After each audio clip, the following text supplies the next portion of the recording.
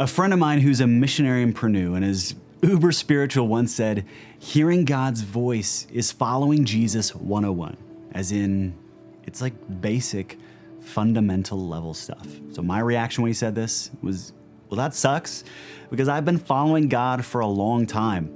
And I'm frankly wasn't certain I knew how to hear God's voice, or at least heard it with any kind of regularity. And so when I expressed my sadness and frustration about this with maybe some muttered profanity, he went on, thankfully, to offer some explanation. He said, think about it this way. God made you, right? And he made you with a certain personality, right?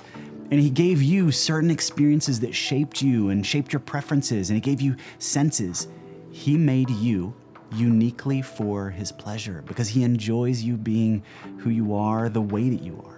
So he speaks to you in a way that's unique to your personality. And sometimes it's so similar to your natural wiring that it can be hard to miss. It can just sound like your own thoughts. So some examples. It might come through your gut feelings.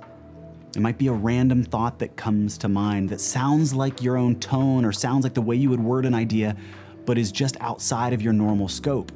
You might randomly experience an emotion and wonder where it's coming from, or if it's even yours. It could be a song or an idea or a story that just resonates in your mind, or a pattern that you notice that just keeps coming up on a certain topic in your life from different sources.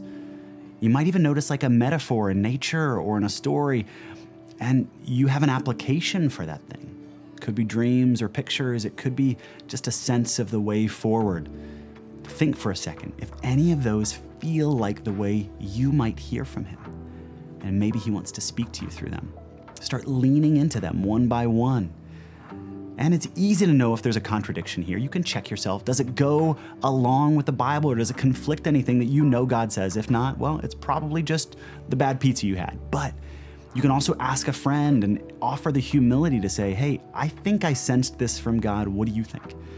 And too often we're afraid to be that weird spiritual guy or girl who says, God said, and we end up missing out on all sorts of stuff that he's really saying. The biggest change for me happened when I stopped saying, well, if I don't know it's God, I won't take it seriously, and switched to, even if this just might be God, I'm going to act on it because I don't want to miss him.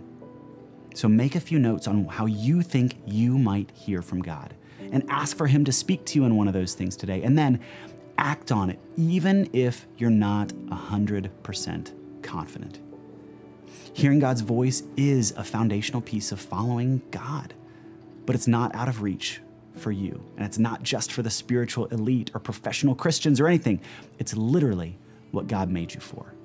And just to drive this point home, I want to read you some little excerpts from Psalm 139 that I want you to hear, not as God's words for me or God's words to somebody else or just words on a page, but I want you to hear them as God's words for you, as God's intentionality around how he made you, around his affection for you, that God doesn't just love you, but he likes you, that those quirks about how you think or how you function, that those are intentional representations of his design, and that he's going to use those same quirks, those same aspects of your personality or your experience, or even your preferences of just what you like and enjoy, that he will use those same things to speak to you. These are God's words from Psalm 139 for you. You've searched me, Lord, and you know me. You know when I sit down and when I rise, and you perceive my thoughts from afar. You discern my going out and my lying down. You are familiar with all my ways. Before a word is on my tongue, you, Lord, know it completely. I love this part. For you created my inmost being. You knit me together in my mother's womb. I praise you because I am fearfully and wonderfully made. Your works are wonderful, and that includes us. I know that full well. My frame was not hidden from you when I was made in the secret place, when I was woven together in the depths of the earth. Your eyes saw my unformed body, and all the days ordained for me were written in your book before one of them came to be. How precious to me are your thoughts, God. How vast is the sum of them. You We're fearfully and wonderfully made. And God wants to use the unique build of your personality, of your person, to speak to you today and moving forward. So let's lean in so that we can hear from him and we can act on what he says to us.